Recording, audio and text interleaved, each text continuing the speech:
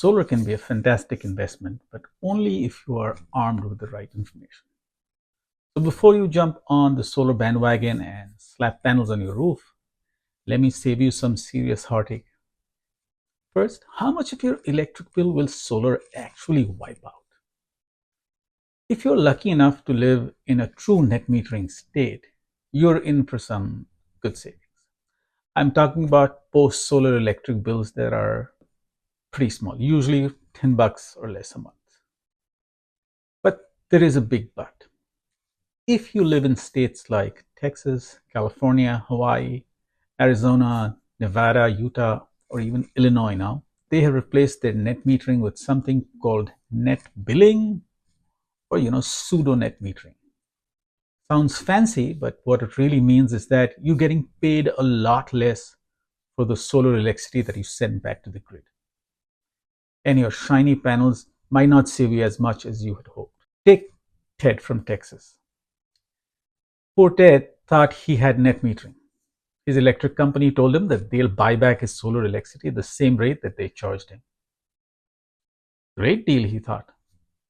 Went ahead, installed solar panels, and then bam, big electric bills started rolling in. Why? Turns out that the retail rate his utility promised him came with a sneaky little delivery fee, which was tacked on whenever he bought power back from the grid. Long story short, Ted was getting about half the value for his exported solar electricity. Ted didn't stay down for long. He shopped around and found a new electric provider that actually offered true net metering and that bought solar at full retail rate. No sneaky charges. Now Ted is living his solar dream again. Now the lesson here is don't let your electric company pull a fast one on you. Make sure you understand exactly what kind of net metering or net billing you're dealing with. And if you're not 100% sure what net metering is, I've made a whole video about it. Check it out. Might save you thousands. Number 2, DIY solar versus hiring a pro. This is the classic solar dilemma. Should you go roll up your sleeves, go full DIY and save a ton of money, or hire a professional installer and let someone else do the heavy lifting? I'll be honest, I seriously consider the DIY route. I mean, who doesn't love the idea of saving 50% or more on a project? But here's the thing, while I know a fair bit about solar, let's say I'm not exactly Bob the Builder. The thought of paying electrician, carpenter, roofer, and solar engineer all at once, yeah, that's not for me. That's why I end up going with a solar installer. But why did I end up going with a solar installer? Number 1, wiring and grid connections. Connecting your solar system to the grid isn't as easy as just flipping a switch and shouting, "Let there be light." You're dealing with live 240 volt lines here. One wrong move and you're in for a shocking experience, literally. Sure, if you're going totally off grid, you can skip this part, but I like the security of staying tied to the grid. Number 2 was the approvals. Solar isn't just about slapping panels on your roof. It's also about navigating a bureaucratic jungle. You got to get approvals from your state, the state utility board. They have some clean energy programs, local building departments, your local utility company. You mess up on your paperwork and you could kiss some of those sweet incentives like SREX, for example, goodbye. Number 3 was the roof work.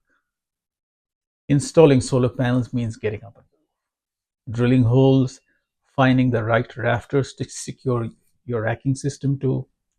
You do it wrong and you could be looking at a massive leak in a few years. Plus the idea of balancing the roof is just not my idea of fun. 4 was the warranties and support.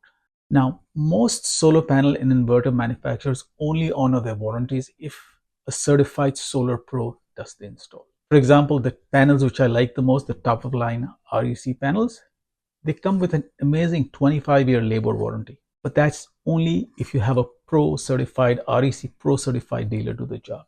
DIY, no labor warranty for you. Over the years, I've met plenty of people who've started ambitious DIY solar projects only to have them fizzle out. Inventory gathering dust in their garages. Thousands of dollars wasted and no sunny savings to show for it. Now, don't get me wrong, I've also met some rockstar DIYers who built amazing solar systems at jaw-droppingly low prices. These folks make it look easy. And if you ask them, they'll also say it's really easy. But let's be real, they're the exception. Definitely not the rule. It's simple. Make an honest assessment of your skills, your patience, your willingness to tackle the tough stuff. If you're up for the challenge, go for it. But if not, hey, there's no shame in calling in the pros. I work with some of the most fantastic installers who delivers top-notch work at fair prices. No price gouging, just great value. If you want a hassle-free solar install, reach out to me. Let me get your system up and running the right way. Going solar, choosing the right equipment is obviously one big deal. Unless you have the right solar panels, inverters, and batteries, it can make or break your solar project. In this video, I'm not going to dive into details, but in my description, I've got links to some really helpful videos on selecting different kinds of panels, inverters, etc. Now, those of you opting for a professional solar install, let's talk about the 3 other big decisions you have to make. Selecting your solar financing, selecting an installer, and finally making a decision about whether to get a battery or not. Now, the solar financing options are the loan, the lease of the PPA, or cash. And here are my quick bullet point recommendations. Leases or PPAs, power purchase agreements, always go for a fixed rate product. You'll thank me in 20 years when your price hasn't escalated like your neighbors did. Choose a lease provider that lets you select quality panels and inverters. Don't settle for whatever bargain bin equipment they're pushing. 2, solar loans. If possible, get the loan yourself. Banks and credit unions often offer better interest rates and skip the dreaded dealer fees. If you must use a solar company's loan, go for the higher interest options. They typically have smaller dealer fees. Finally, paying cash, negotiate. Aim for under $3 per watt for most systems. Now, smaller systems, 8 kW or less, expect to pay slightly more, around $3.10 to $3.20 per watt. But that's with top-tier equipment like REC panels and Enphase microinverters. And that gets us choosing the right installer. Avoid the trap of door-to-door installation companies. Their sales pitch might sound sweet, sign today and get a big discount, but their profit margins are just as fat as their promises. Here's what I recommend. Do your homework. Look for a partner you feel comfortable with, not one who pressures you into signing on the spot. Be wary of rock bottom prices. Sure, that company with the lowest bid might look appealing. They might even have the best of equipment, but they are cutting costs somewhere. Probably cutting corners somewhere too. And you don't want your solar company to go belly up in a few years, as many do, and leave you holding the bag. Go with regional or nationwide installers. These companies tend to have more staying power, solid long-term service, and warranty plan. Now, if you're looking for an installer who won't ghost you after the sale, consider reaching out to me. My customers keep recommending me to their friends and family, and hopefully I'll be able to help you. Number 5, do you really need a battery?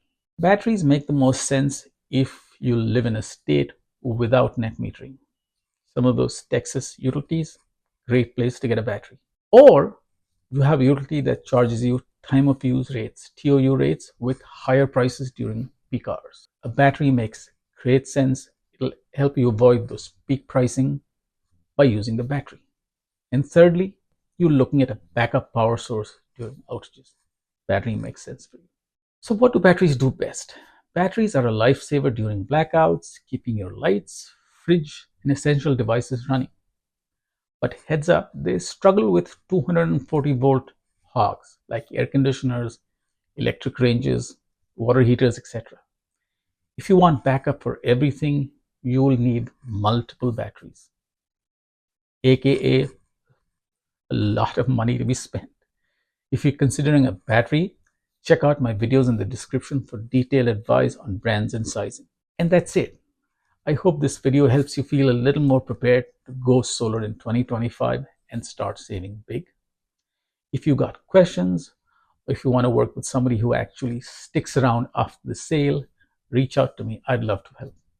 And as always, don't forget to like, subscribe, and check out the videos in the descriptions for more solar wisdom. See you in the next one.